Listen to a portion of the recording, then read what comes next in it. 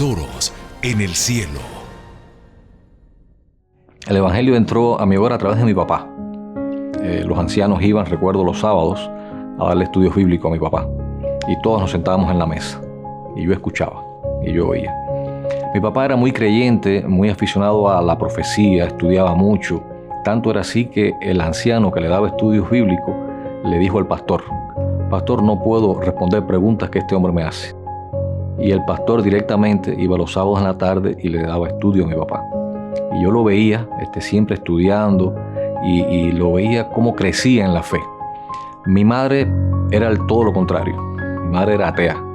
Incluso llegó a decir: no creo ni en Dios ni en el diablo. Pero notó algo. Notó que hubo un cambio drástico en la vida matrimonial de ellos. Y entonces eso le encantó a mi madre. Disfrutó y le decía a mi padre: no importa que yo no crea en Dios. Si lo que tú sigues te lleva a vivir lo que estamos viviendo, no importa, no importa. Yo te sigo aunque no crea. Y me impresionó ver cómo mi hogar empezó a cambiar. Los conflictos entre el matrimonio de mi papá y mi mamá, todo fue mejorando. Y se fue convirtiendo poco a poco en un pedacito de cielo. Pero al cabo de un año, un sábado en la tarde, mi papá sale muy contento de la iglesia juntamente con mi mamá, mi hermana y yo. Pero le empezó a dar un dolor fuerte en el pecho. Los hermanos de la iglesia fueron, lo llevaron al hospital, lo trajeron de regreso. No era nada. Le continuó el dolor, lo volvieron a llevar por segunda vez. Recuerdo que fueron los ancianos de la iglesia quienes lo llevaron al hospital, interesados y preocupados por él. Tenía solamente 32 años. Y recuerdo aquel sábado en la noche que mi mamá empezó a gritar. Y cuando salgo del cuarto, que me asomo en la sala, mi papá estaba tendido allí. Y rápido los vecinos corrieron, se lo llevaron para el hospital y empezó la batalla entre la vida y la muerte. Fueron 21 días en el hospital. Mi papá no soportó, fue un infarto. Al ser tan joven, pues murió a los 21 días. Eso fue devastador para la familia y más para mi mamá. Y entonces creó un trauma en ella que dijo: si conocer a Dios me lleva a quitarme una de las cosas más preciadas de la vida, yo no quiero saber de Dios. Y le dijo a los ancianos de la iglesia, al pastor, y le dijo: mira, aquí ustedes pueden venir, pero no me hablen de Dios para nada. Yo no quiero saber de Dios. Yo estoy brava con Dios si es que existe. Porque cuando mi hogar empezó a ser un pedacito de cielo, se me desboronó. Yo me escapaba en las noches y me iba a estudiar Biblia con un hermano de la iglesia que había llevado a mi papá a la iglesia. Hasta el momento que ella lo descubrió.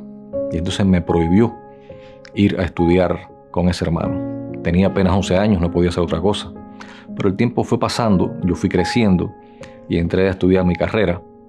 Y allí con los estudiantes, los colegas allí, uno era católico, otro era bautista, otro era pentecostal. Cayó en mis manos una Biblia. Ya tenía 17 años, ya pues podía tomar ciertas decisiones. Y empecé a leer la Biblia y todas aquellas lecciones, estudios que habíamos recibido cuando pequeñito en el departamento. Durante todo ese año que estuvimos asistiendo con mi padre, pues vinieron a mi mente. Y fue como una semillita que germinó. Y entonces dije: voy para la iglesia. Pero entrando a la iglesia, apenas habían pasado algunos meses, caigo enfermo.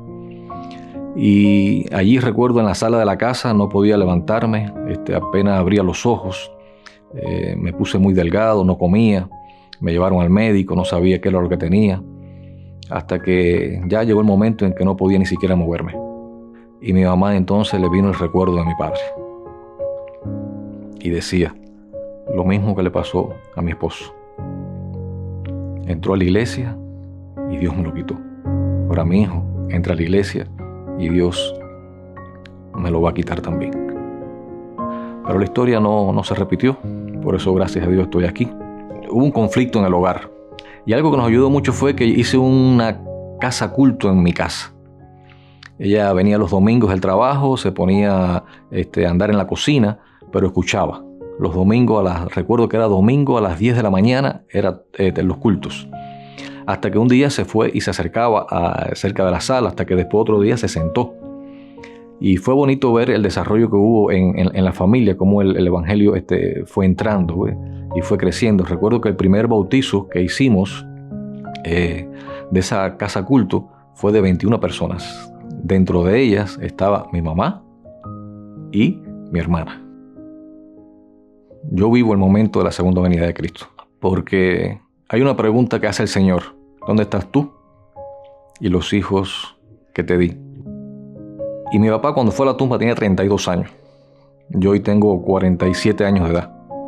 O sea, soy mucho mayor que él. Me imagino aquel glorioso día cuando venga Jesús, el ángel guardián, levantarlo así de la tumba y decirle: Adrián, apúrate, que quiero mostrarte a tus hijos.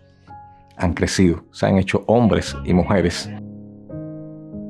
Ven para que los conozcas y se los presentes a Dios. Yo sueño con ese encuentro, donde mi hogar nuevamente no se va a convertir en un pedacito de cielo, sino que se va a convertir en el cielo mismo, donde voy a poder abrazar a mi padre, a mi madre y estar todos juntos. El cielo es real. La segunda venida de Cristo es real. Dios es cierto. Créalo o no lo crea. El mensaje de esperanza es eso, esperanza. Tener fe y esperanza. Porque no importa el trayecto en momentos difíciles lo que te hace es ser más fuerte. Y al final miras hacia atrás y dices: oh, cuán bueno ha sido Dios. Hagamos tesoros en el cielo. Adoremos a Dios con nuestros diezmos y ofrendas.